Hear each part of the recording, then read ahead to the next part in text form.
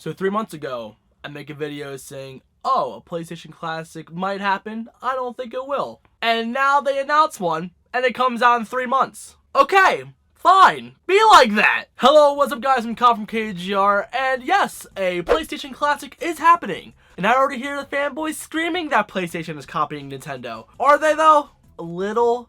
They're copying the name, but the concept wasn't made by Nintendo. At Games made Sega ones. They made Atari ones. It's just Nintendo's the first one to actually make it by name brand, made it polished, and include HDMI. That's it. So fanboys, shut up! So I'm pretty sure a lot of you already heard from other YouTubers, you already know most of the details, but for the few that don't, that I will let you guys know real quick, not gonna take up too much time on it. Launches December 3rd, the same day that the original PlayStation came out in Japan, for $100, which is not bad. Comes with 2 controllers, they're USB by the way, so if you want to use them on a PC with an emulator, it could work possibly in the future. They're not analog controllers though, they're not DualShocks, but honestly, I don't really care. Comes with 20 games, but we only know of 5. It's HDMI and it's USB Type-C powered, so I like that it's USB Type-C because that's probably the most durable compared to micro and mini USB. But it doesn't come with an AC adapter, so if you don't really have anything to plug your USB cord into, I don't know, use the back of your TV. Most TVs have a USB port on the back, and you don't need a memory card. Thank God! And it's up for pre-order, so hopefully by the time I upload this, the pre-orders are not sold out. Small chance they might be. I don't know. They announced it in the middle of the night, so at least it's not as bad as the SNES Classic Edition, where they launch pre-orders in the middle of the night and they sold out immediately. I actually think of it, it almost is like that, but again, I don't know if they sold out or not. So this is not a video talking about it, like this is not a news reporting type of video. This is my concern. This is my opinion on the matter. I kind of want one just to have it compare with my childhood PlayStation. I mainly wanted to show this off because I feel like it was appropriate. But anyway, it's going to be 45% smaller, so it's not going to be as tiny as the NES and SNES classics, but it is still going to be small nevertheless. But the main things I want to talk about are the games, the price point, and other stuff like that. First up, the price point at $100. Honestly, that's not a bad price. I still see it selling extremely well, but if it wants to compete with the Nintendo classics, like, I mean, putting in 2 controllers like the NES Classic is kind of a good idea, but I feel like it probably would have been a little bit smarter to include just 1 controller and make it a bit cheaper. But then again, it'd probably only be dropping down to like $80, and at that point you might as well buy an SNES, so then it comes with 2 controllers and stuff, so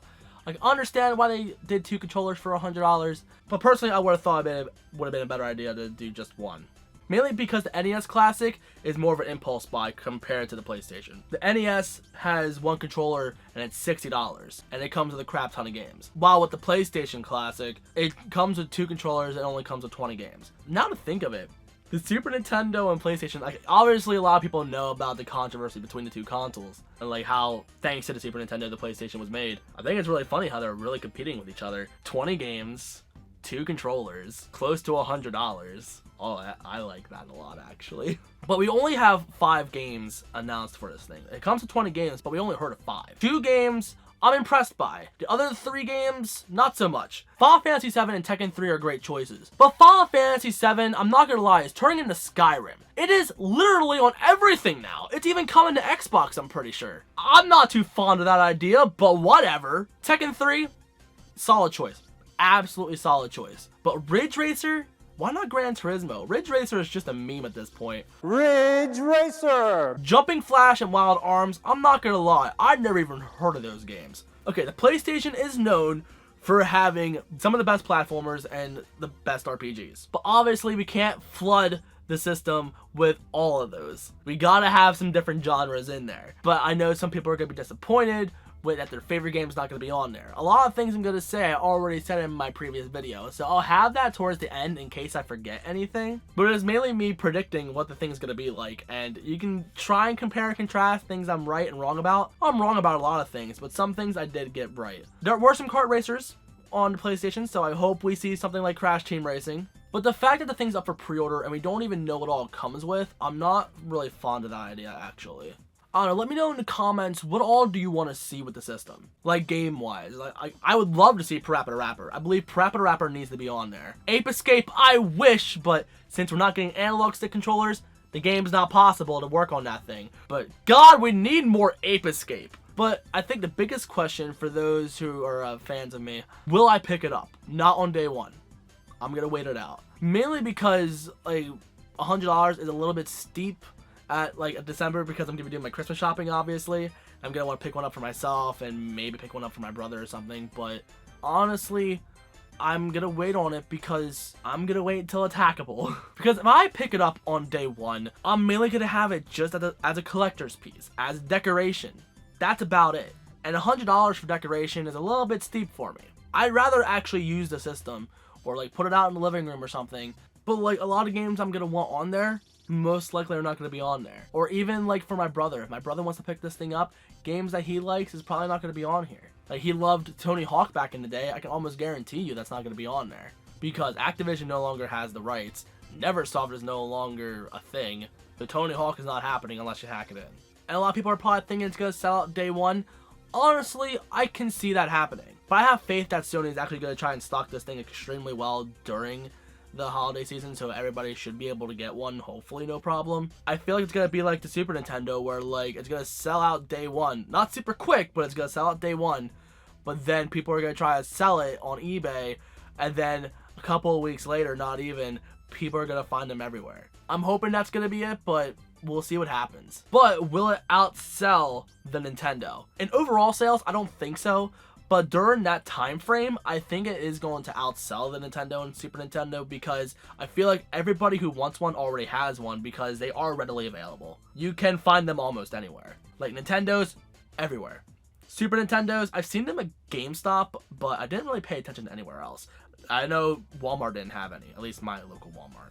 So I don't know, I don't really have too much to really say about this PlayStation. It looks cute, I do want one, but in due time.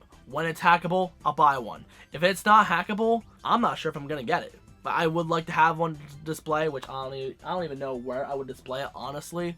But I'm not gonna pay $100 for someone that's just gonna sit on my desk. I want to actually use the thing.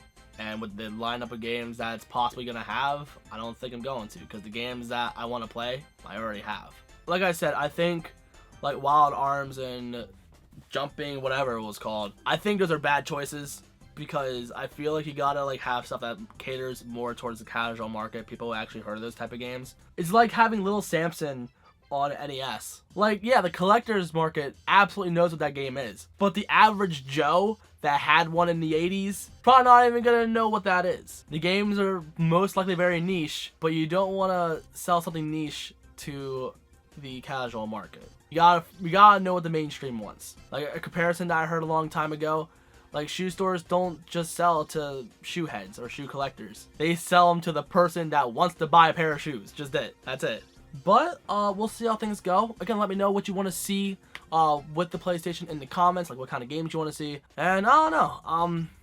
I'm kind of excited for it. I think it's cool, but I'm going to pass for now. And that's all I got to say for this video. So if you're new and you like what you saw, you know what to do. In the description, there's my social media. Let me know what you think of this system. Are you going to buy one? And that's all I gotta say, so I guess I'll see you on the next one. Peace, peace.